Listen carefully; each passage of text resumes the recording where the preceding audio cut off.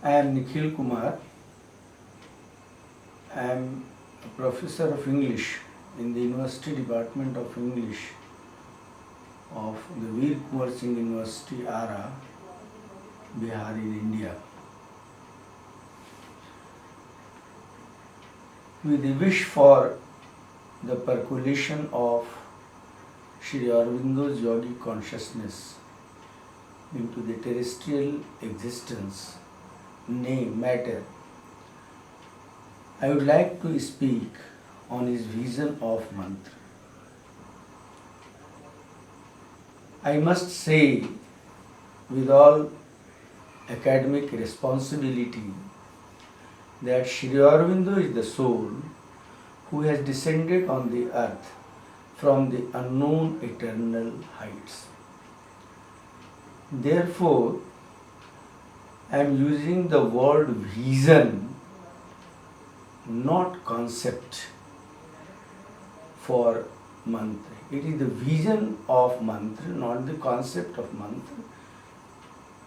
The reason is very obvious because just now I have told you that he is the soul who has descended from the unknown eternal heights. According to Sri Aurobindo, mantra is the poetic expression of the deepest spiritual reality. He has discovered the world of spiritual consciousness on the plane of mind. This spiritual plane of consciousness exists above the plane of intellectual mind consciousness. Spiritual mind consciousness is that plane of mental consciousness where we have the realization of the existence of one divine.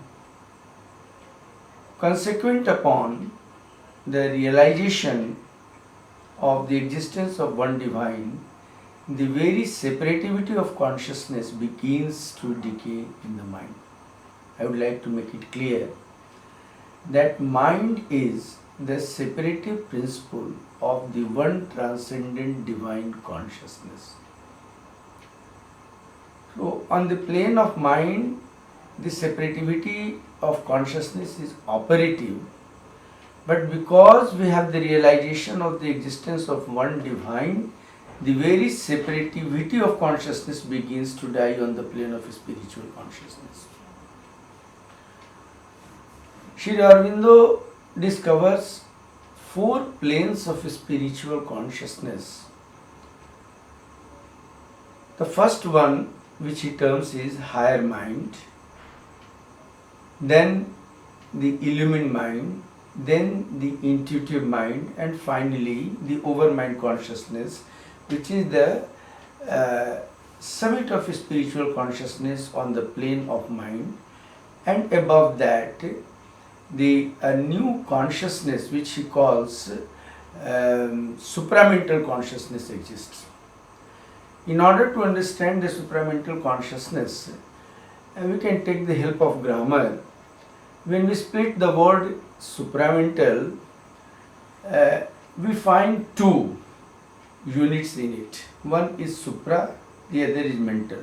Supra means above, and mental we understand it is the divided consciousness. So that consciousness which exists beyond the plane of divided consciousness is integral consciousness, and that is one transcendent divine consciousness. On all the planes of spiritual consciousness, that is to say, on all the 4 planes of spiritual consciousness which Sri Aurobindo has discovered, there are so many intermediate planes of consciousness. Sri Aurobindo says very specifically, very categorically, that poetry written from some higher plane of the intuitive mind consciousness and the overmind consciousness is mantra.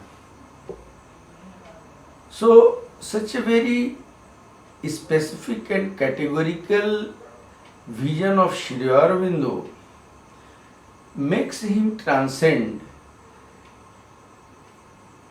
the yogic consciousness of all the Vedic rishis and the writer of the Gita. The Rig Veda also discovers the existence of mantra in the inmost recesses of human consciousness. We are made up of body, life and mind, and at the center of these three there exists the divine self. On the present stage of our evolution, evolution of consciousness, these three are not under the direct control and governance of the divine self. So they are in conflict with one another. So in order to let the divine and the consciousness of the divine self within us emerge, we have to turn inward and we have to undertake the yoga. And it is the yoga of Sri Aurobindo which he calls integral yoga. It is called integral yoga because it is the divine transformation, D capital divine transformation of body, the divine transformation of life, divine transformation of mind. That is to say that all these three constituent elements of man's being must come under the direct control of the divine self. Only then it is possible for the consciousness of the divine self within us to arise and to ascend the some higher planes of intuitive mind consciousness and over mind consciousness, from where we can write poetry and which is a mantra. So this is a must. Sri Aurobindo's integral consciousness consists of three yogas.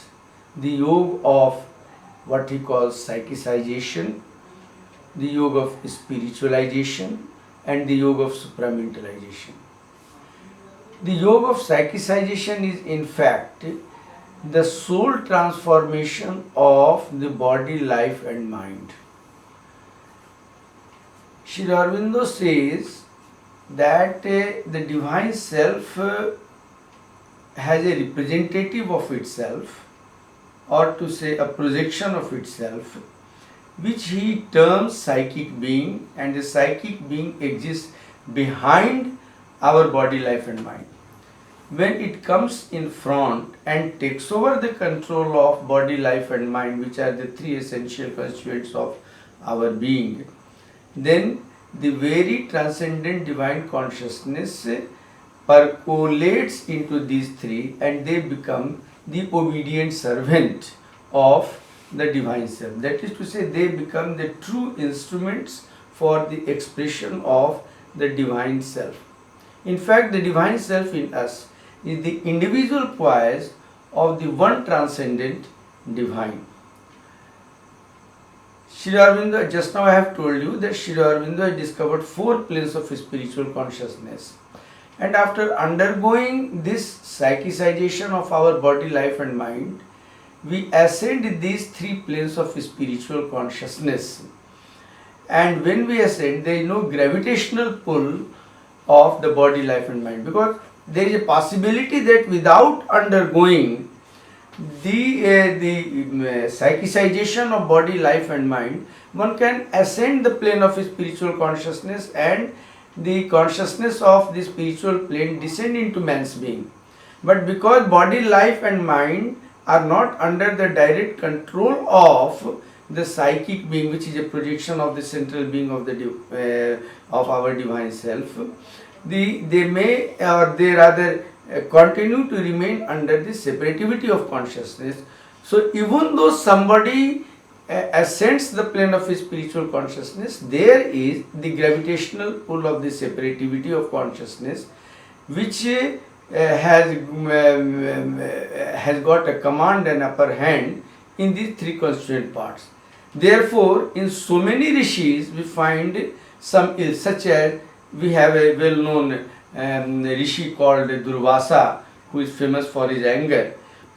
So when we examine as to why such a man of spiritual consciousness is so much angry or a man of anger, it is found that he has not undergone what Sri Aurobindo calls the psychicization. His body, life and mind is not gone at all.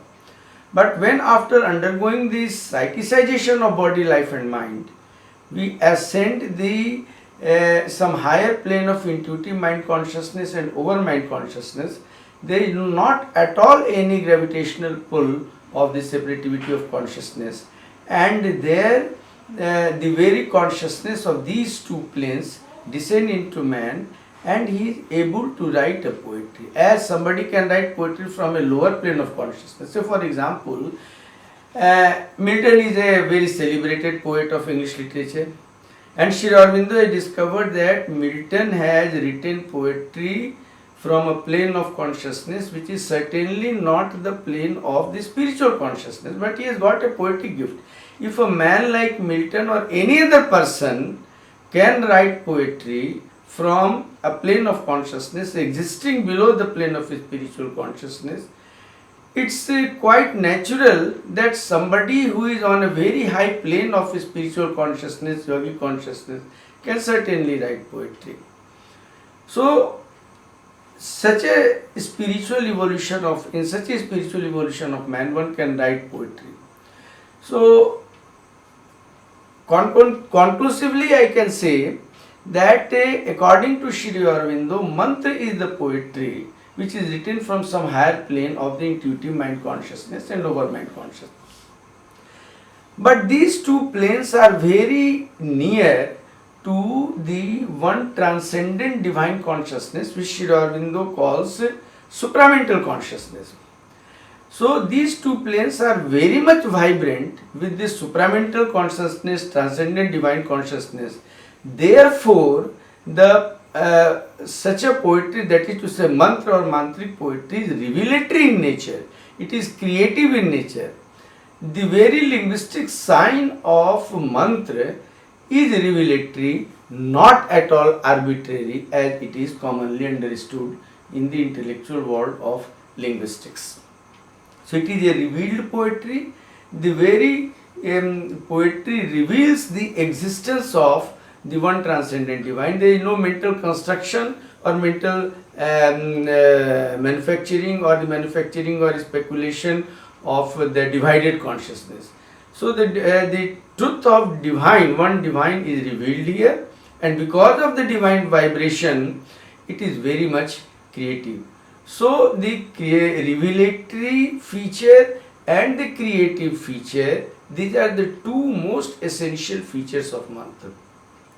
When an ordinary man I mean to say one who is not yet spiritualized, he listens to mantra, what happens that the very mantra descends into him, though his intellectual mind is not able to understand it, but the very divine self of him receives it, and very imperceptibly whatever descends into his being through the listening of the mantric words, some evolutionary changes of, rather decisive evolutionary change of consciousness takes place in an ordinary man. So mantra is the highest poetry, and in fact the very mantra of which Sri Aurobindo speaks evolves into his own epic Savitri, because he has written Savitri not from the plane of spiritual consciousness but from the plane of supramental consciousness, which is the transcendent consciousness. And Sri Aurobindo is the first man on the earth who is born with this transcendent supramental consciousness. His epic poetry Savitri and his epic prose The Life Divine bear testimony to this fact. Thank you very much.